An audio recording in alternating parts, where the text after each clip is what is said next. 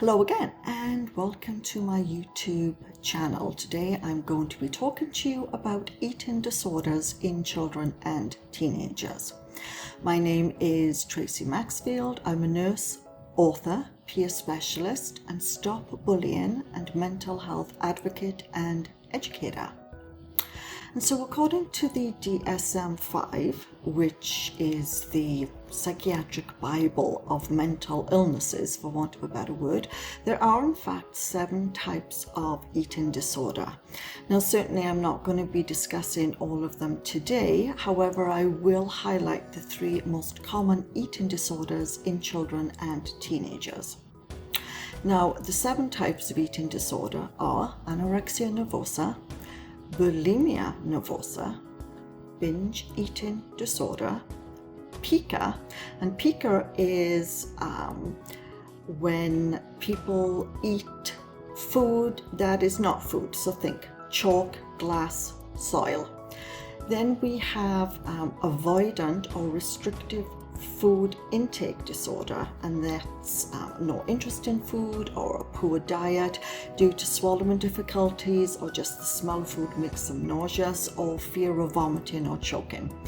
Rumination disorder is where there's regurgitation of food that's already been chewed and swallowed, and then it's regurgitated and it's either rechewed and swallowed or spat out.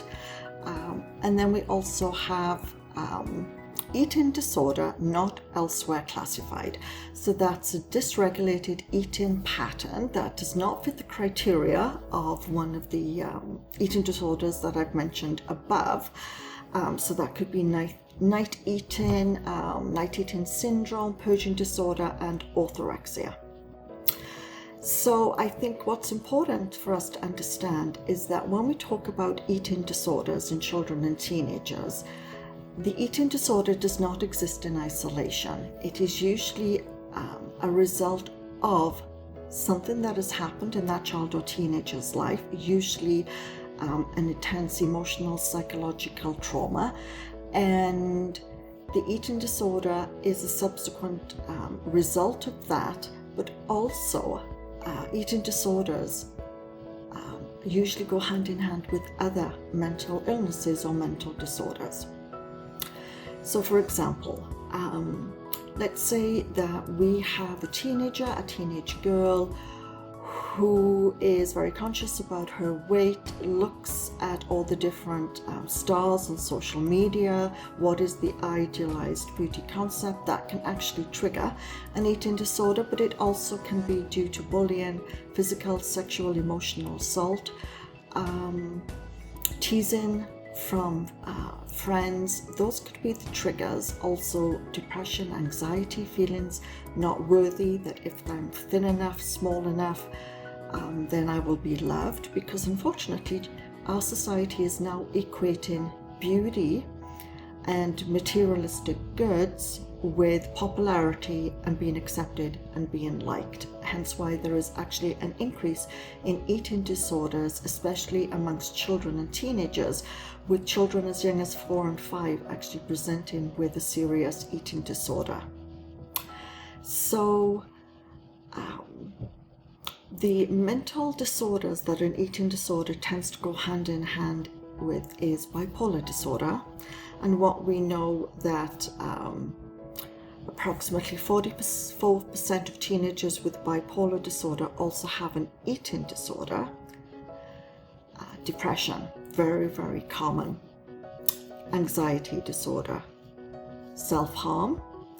It seems that those with an eating disorder have an increased likelihood of self-harming, and we attribute this to maybe purging of the bad thoughts, but also a sense of taking control of their lives, when an eating disorder is actually the lives are out of control. And eating disorders and substance abuse. Now substance abuse can result in an eating disorder, and vice versa. Too much caffeine, let's think diet pills, then they go on to pot or alcohol. Lots of these are factors in contributing to the development of an eating disorder.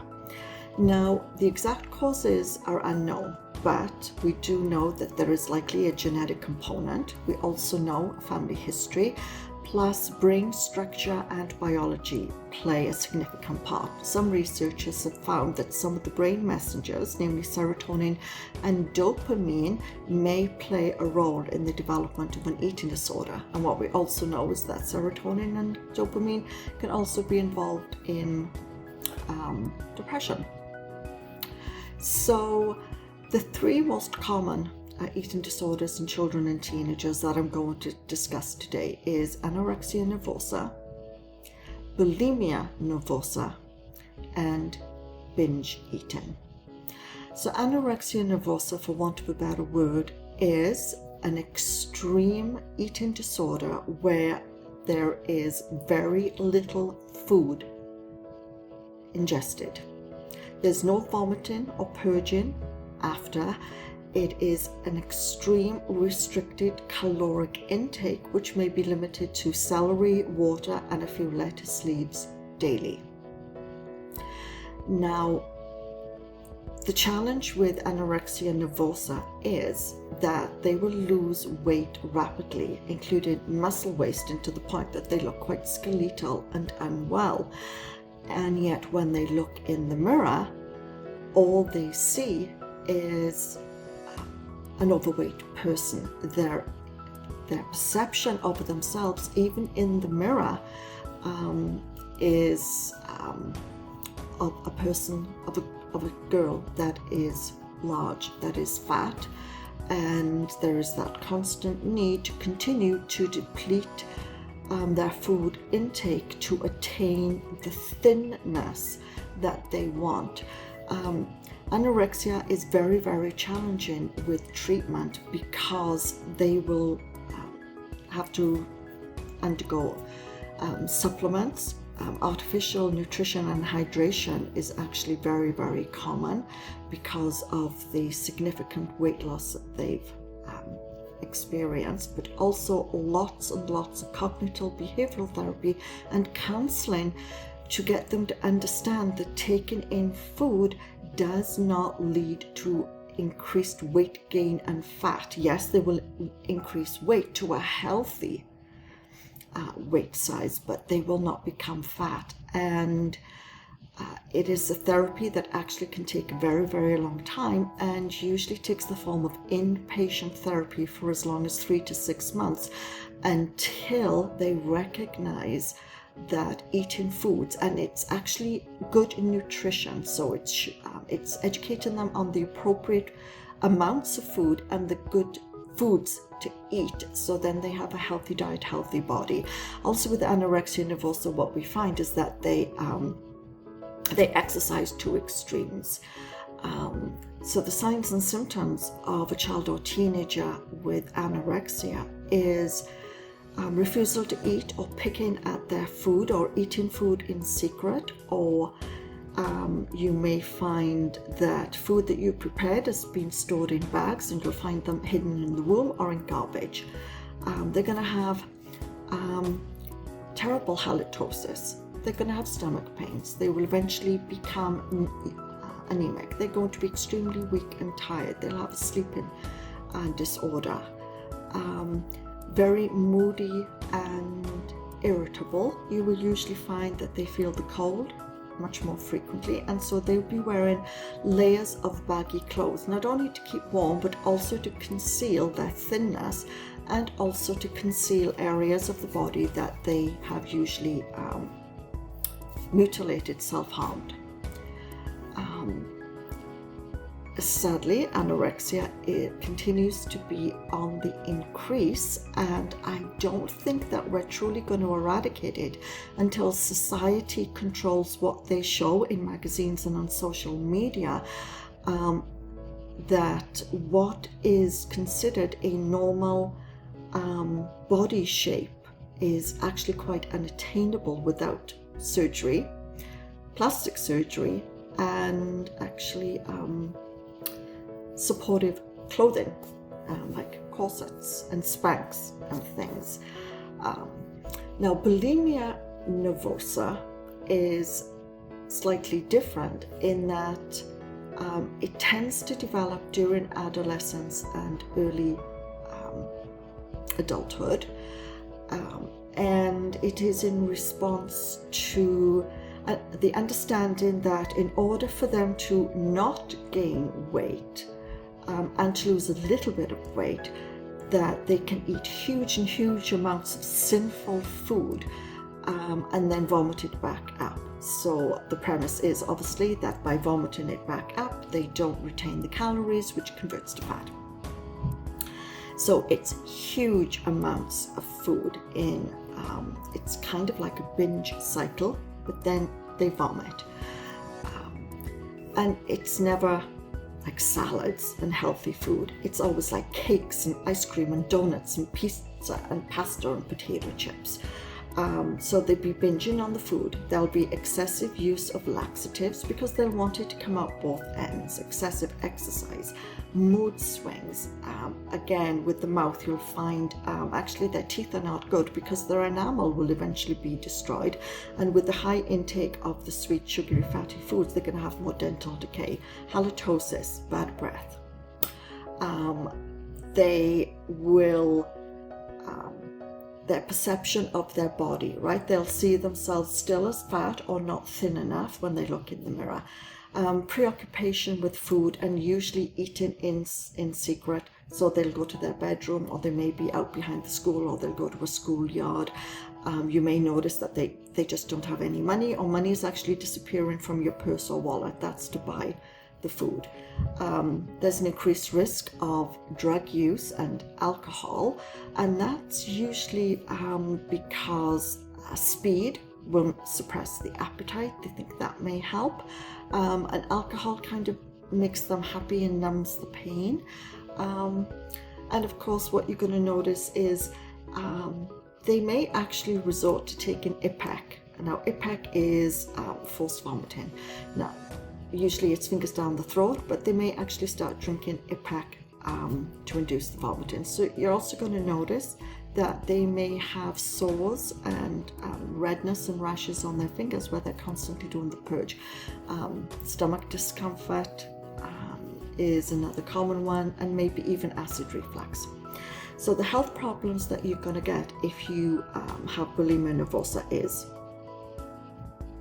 teeth problems, sore dry mouth, sore throat, stomach pain, dehydration, hormonal problems, classically in anorexia nervosa and in bulimia nervosa, but more so in anorexia, the periods actually stop in girls. You can have an electrolyte disturbance, which could also lead to a potential stroke or heart attack, peptic ulcer. So there's so many other secondary factors of significant health problems that can arise when you're taking in huge amounts of food and then vomiting them back up. Also, there's a chance that you can aspirate and create an aspiration pneumonia or even choke. And it's not uncommon that some girls, especially if they've also drunk alcohol at the same time, actually aspirate on their vomit and can die. Now, what treatment aims to do is to try and break the binge purge cycle. And so obviously there's cognitive behavioral therapy, there is family therapy, individual therapy, nutritional counseling, behavior modification therapy, and usually the introduction of a medication such as maybe an antidepressant medication.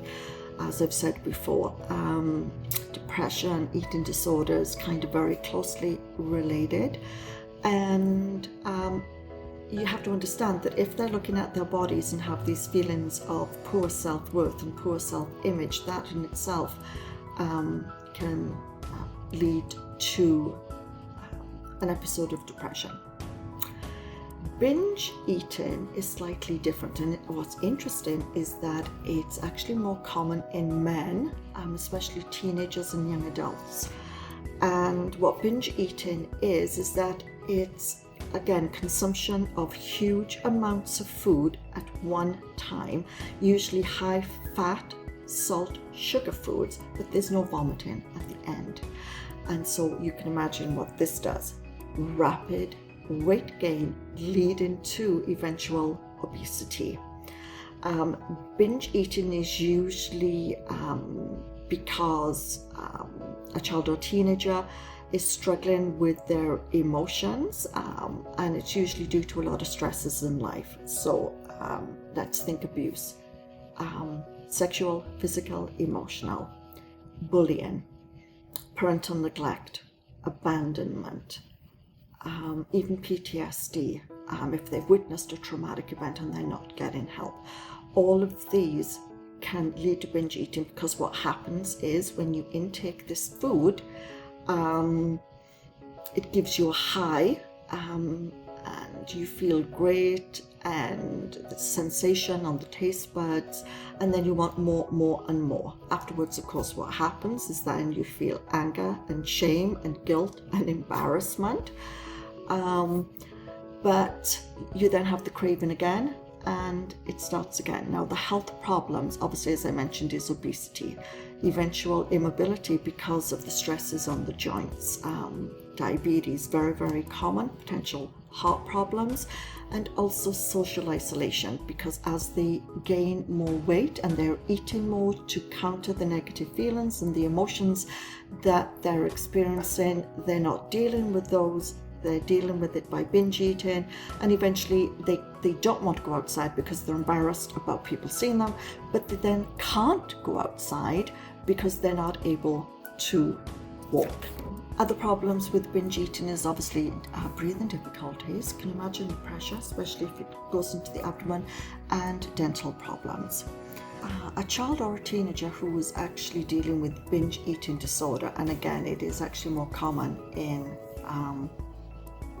older children and teenagers, they require intensive counselling, which may include behavioural therapy, psychotherapy. They will need a supervised weight loss plan, an exercise plan, assistance with a dietitian, because nutritional counselling is key. Also, treatment of the secondary mental disorder, because they may be eating because of the depression. They may be eating because of a traumatic event, anxiety, and so we also have to look at the secondary problems and treat those at the same time as treating the binge eating. Remember, binge eating is a reaction to an emotional need. So what can you do as a friend, a sibling, a parent, a grandparent? I think the most important thing to do is that you really need to sit and listen to the concerns and fears that your child or teenager has, and this has to be very non-judgmental and very objective. You cannot berate them with, you're a pig, you're eating too much, you're too fat if you stopped eating, you're too thin, you look like a skeleton, you need to eat more. This only hurts them more and actually continues the cycle. You really need to be very understanding and non-judgmental. I think as a parent, you also need to be aware of other things that are going on. Are they self-harming? What's going on in their life, in school? Are they being bullied? Abuse? We have to look at the big picture, because an eating disorder just does not arise because. I keep saying in all my posts and videos, you must show love. Very, very important. You must validate their self-worth and show love, and be very, very supportive and be there for them. Now, with an eating disorder, it's been very, very patient, and it does take its toll on families. And so as a parent, I think it's important that you pursue counselling, maybe join a support group. Counselling for your child or teenager is going to be very, very intensive. And I think what you need to look at is that it's going to involve the whole family, because food is a family connection. It is a social thing. So I think it's believing in your child or teenager, supporting, being there with them, following up with a pediatrician, doctor, psychologist or psychiatrist. It's making sure that they continue with the therapy and the treatment, and giving permission if they have to go to a long-term centre for management of this. it's also maintaining their daily routine and involving them in life. They are still part of the family. Another thing is, I think, obviously it goes without saying, nutritionist, dietitian, but also family-based therapy is found to be very helpful because of what it does. It enables you as parents to take charge of the nutritional decisions, and you gain skills in planning meals, and also there'll be management of food avoidant behaviours and anxiety, and actually working with the counsellors and the dietitian and your child on the next step for what they can eat and how you can monitor, and not be overly consumed with it, if you know what I mean, to the point where the child feels embarrassed or has no privacy. But you do need to take an active control together as a family, and so it's been available at any, to talk and listen and support. Obviously you need to follow up with friends and family because they need to know what they can do to help, and follow up with the school as well, because eating will also take place in the school. But I think as parents, what you need to understand is that an eating disorder is bigger than the family, and it really is imperative that you get help as soon as possible and follow up with help, and get help and support for yourself, because it's going to be very challenging to see your child either overeating or not wanting to eat, and the associated health problems that come with that. So I hope you found some of this information helpful. Next time, as it will be in December and lead up to the holidays, I will be talking about mental illness on the holidays, and also some reflection on how I cope with the holidays, living with depression and PTSD. Thank you.